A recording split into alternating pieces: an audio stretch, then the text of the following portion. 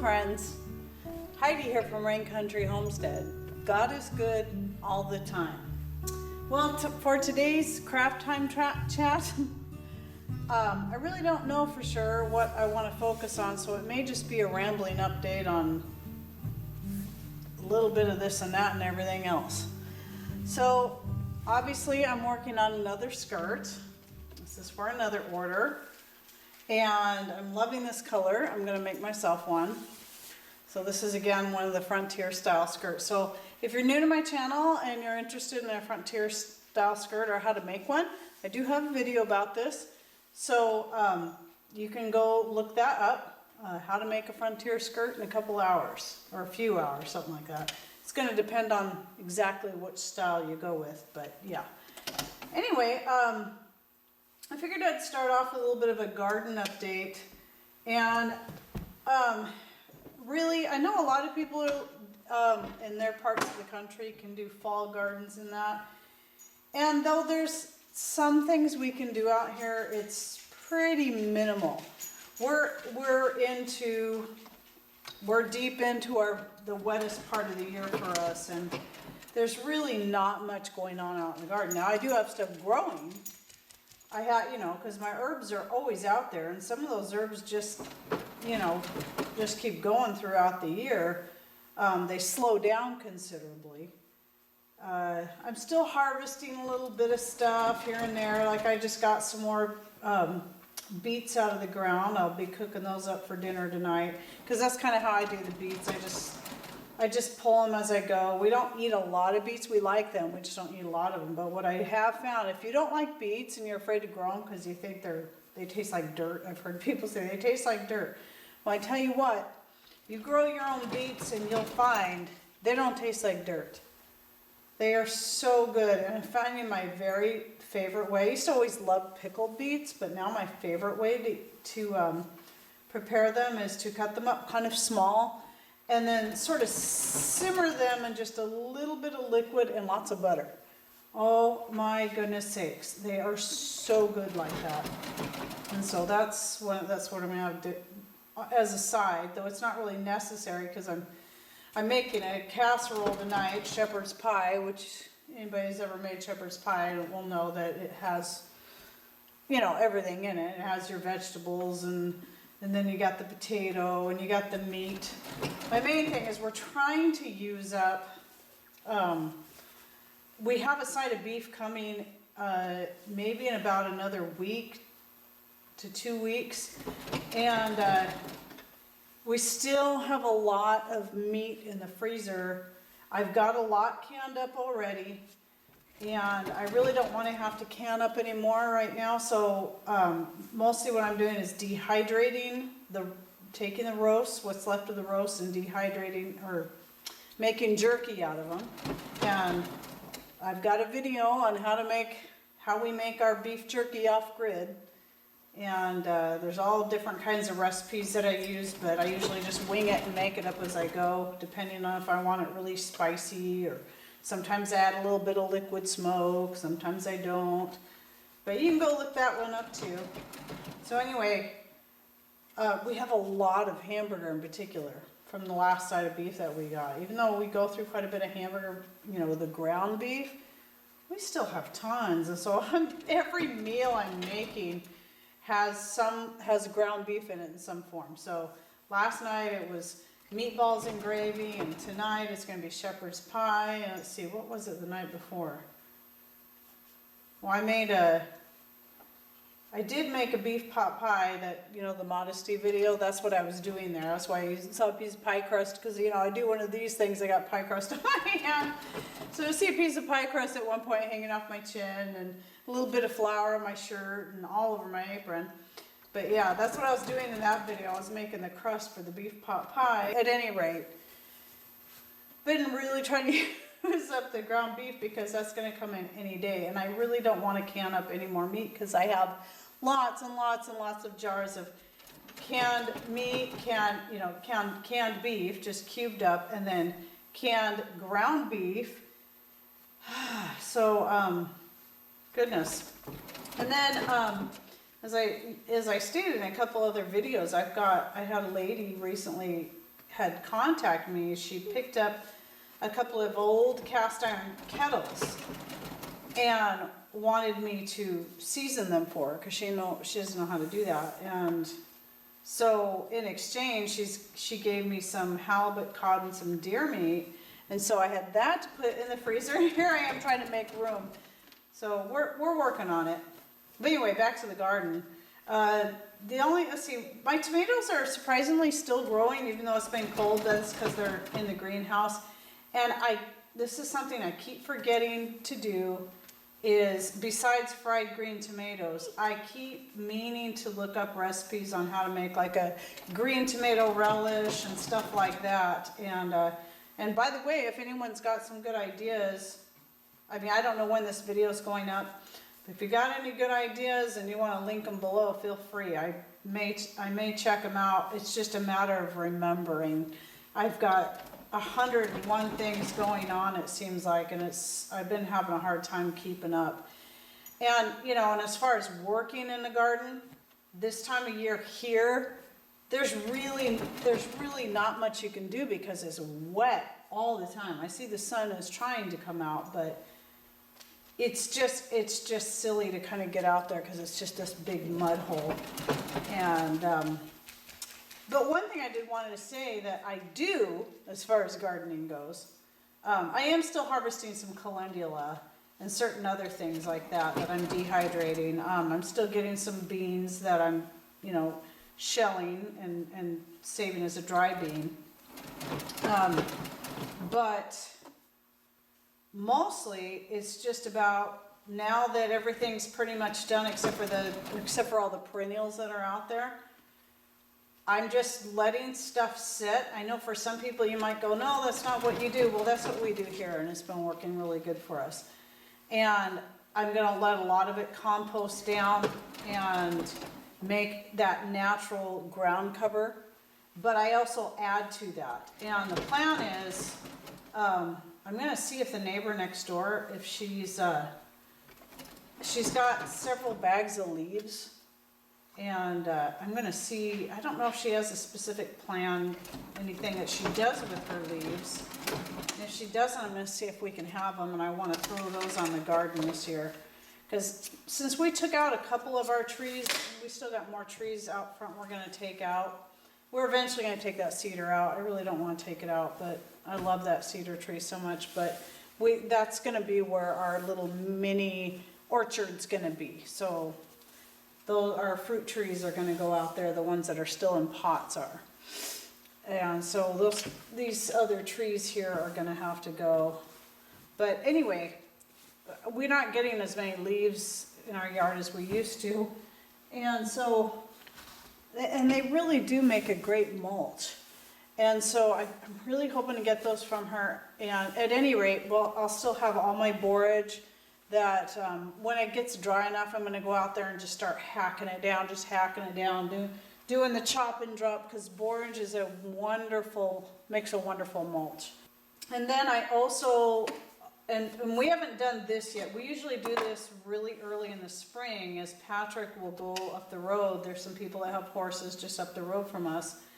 And anytime we want, we can come up there and get the horse manure. They have a special place where they pile it, and so he'll take his backhoe up there, and usually in the early spring, and get like this last year, he ended up getting me a total of 10 bucket loads of horse manure, and partly the reason why there was because I was also starting some more new garden areas, and we just layer that on thick all over the place. Well, I want to do that. This time I want to do, if we can get a weekend where it's not pouring down rain, I really want to do that in the fall. I mean, do it now. And once I get my beets and stuff out and I'm done with, some of them I'll leave to go to seed. But anyway, I was thinking that might be a good idea as another layer to put down for the winter, is a layer of horse manure. The Back to Eden garden in particular relies on the wood chips, which I know is great.